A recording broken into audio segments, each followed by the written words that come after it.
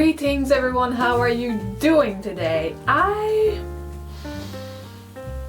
a bit stomachy, but I'm gonna push through because this week we have a very cool project. Last week I published a French-speaking video in which I explained all my gardening plans as well as my calendar. During this video I mentioned a couple of times that I'm gonna need an indoor greenhouse that would serve as kind of a nursery for my seedlings. So if you'd like to do something like that, then keep on watching as this content is tailor-made for you. To make my indoor greenhouse, I'm choosing a nice, large and sturdy bookshelf, and it's very important that that bookshelf doesn't have a back wall. Mine's from IKEA. I'm gonna put this shelf in front of a large south-facing window, but the problem is this makes for a very dry environment, and seedlings need moisture to thrive. If you don't have enough room to make a whole indoor greenhouse, you can always wrap your trays or your pots in some transparent plastic bags, and that'll do the trick. It's gonna keep the seedlings in this moist environment, and that's gonna be fine, but I have enough room. So I'm gonna sew kind of a vinyl sheath over my bookcase. This sheath is gonna be complete with a door that's gonna be opened and shut with Velcro. This is gonna create a little closed environment in which I'm gonna be able to have better control of the air moisture content. For that project, apart from my bookcase, I'm gonna need vinyl. This is a 54-inch wide roll. I bought a few yards of it. This is 8 gauge. This isn't the same kind of gauge as in construction. Vinyl and fabric have got their own gauge system. I got enough to make the sheath and also to cut some covers for all the individual shelves. Like I said, to open and shut my door, I'm gonna need some Velcro by the roll. This is 1 inch. I'm gonna sew everything with some outdoor upholstery thread. Vinyl and Velcro are quite sturdy, so on my machine I'm going to be using a jeans needle or a heavy-duty needle. And finally, vinyl is kind of hard to sew because it tends to stick to every surface you lay it onto. To alleviate that, I'm using this little handy roller foot here. You see it has little wheels here. These are going to prevent the material from sticking to the foot while helping the feed dogs push the material backwards. So you see?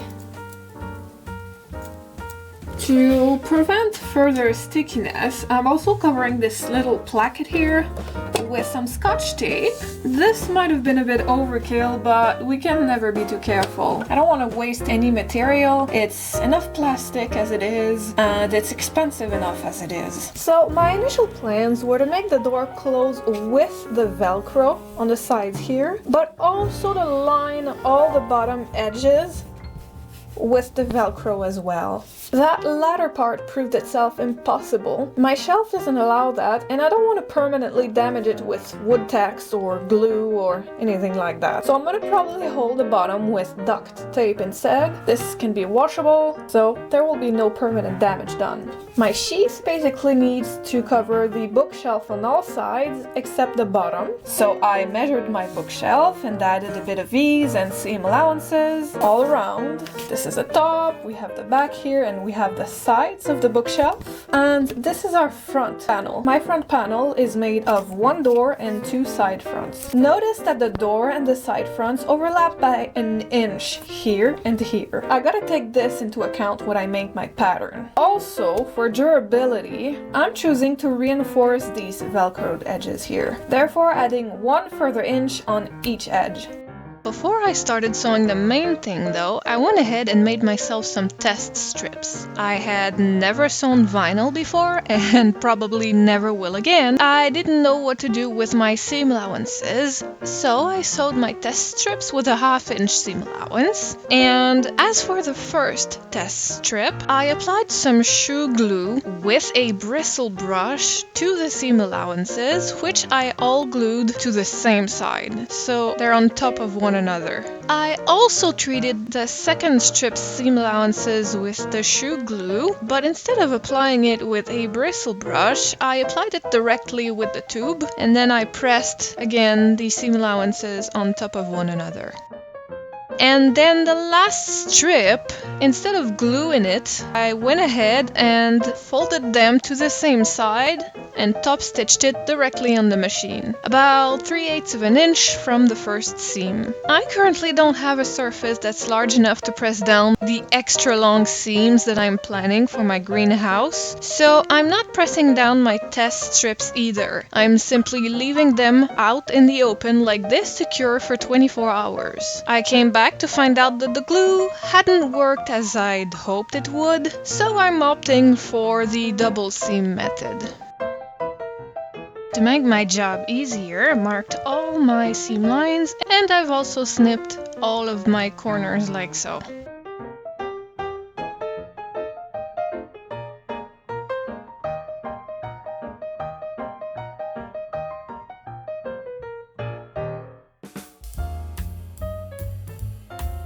I'm finally ready to start sewing my greenhouse now, and I'm starting by sewing the sides as well as the back to the top. Most of these panels are more than 81 inches long, so I'm rolling them as tightly as I can to be able to manipulate them within the space around my machine needle. This was so bulky that I went and done the back panel off camera because everything was taking so much space I didn't want to knock my camera over. Okay, so I've basically assembled the sides and the back with the top here, so I've got this covered now. And it is now time to work on our front panel. So I'm gonna sew the Velcro and the reinforcement at the same time. I've folded 1 inch along this edge here, and I cannot pin anything here because if you pin it, it'll leave poke holes everywhere. So instead I'm holding this edge with Wonder Clips. So I'm gonna place the Velcro directly onto that edge, and I'm choosing to leave this seam allowance, that's the upper seam allowance, unvelcroed. I'm gonna basically bring this to the sewing machine and bring my needle very close to the edge here, and I'm gonna sew along this edge. And then I'm gonna do the same thing on the other side. I don't think it matters which side you put on which part of the greenhouse.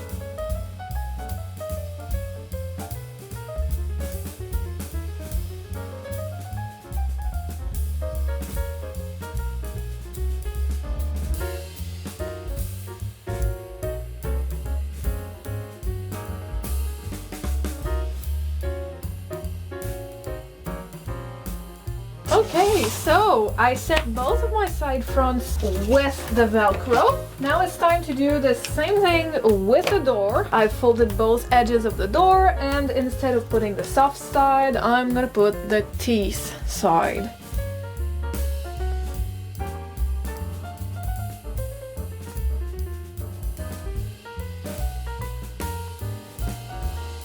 Alright, so basically I've assembled this top piece along with the sides and the back, and I've also assembled my front panel. It's right here. I've velcroed the door to the side fronts, and I measured the total width, making sure that it was the correct measurement. I'm gonna sew this bit, this whole thing, to the top piece here along that seam line.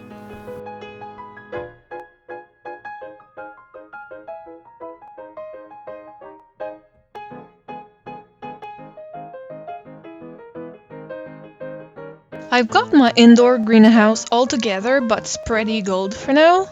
All that's left to do is to join the corners and top stitch them. It's easier to manipulate if you top stitch from bottom to top.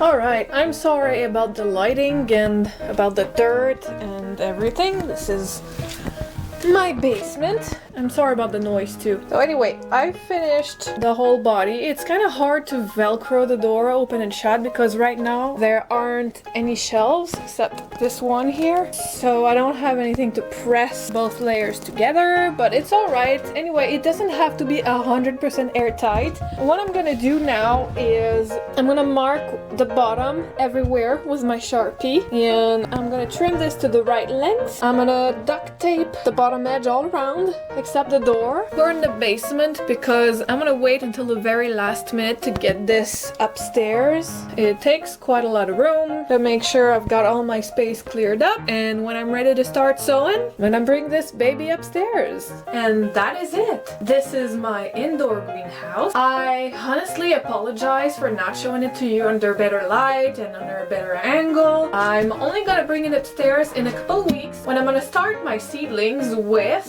the periwinkles.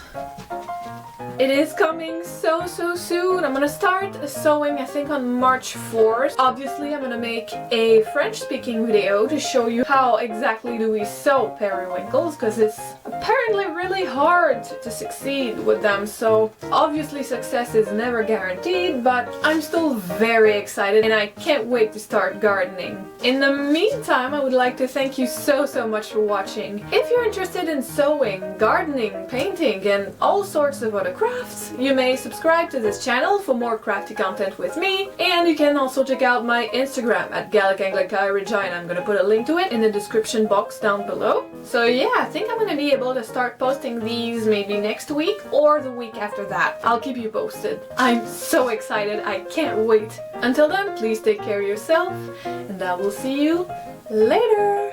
Bye!